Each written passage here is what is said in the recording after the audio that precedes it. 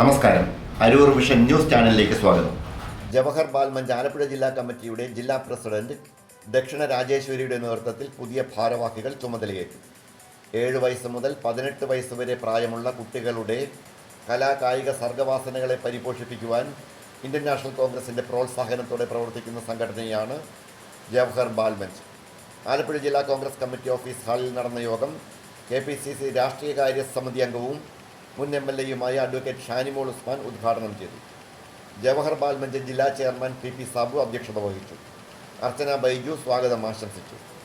കുട്ടികളുടെ സംസ്ഥാന പ്രസിഡന്റായി തെരഞ്ഞെടുക്കപ്പെട്ട അബ്ദുൾ ഹാദി ഹസൻ, കുട്ടികളുടെ ആലപ്പുഴ ജില്ലാ പ്രസിഡന്റ് ദക്ഷിണ രാജേശ്വരി, മറ്റ് ഭാരവാഹികളായ Shan, VM Fida Fathima, Melvin John Varghese, Tasnim Sultana, S Devadarsh, AA Aryananda എന്നിവരെ ആദരിച്ചു.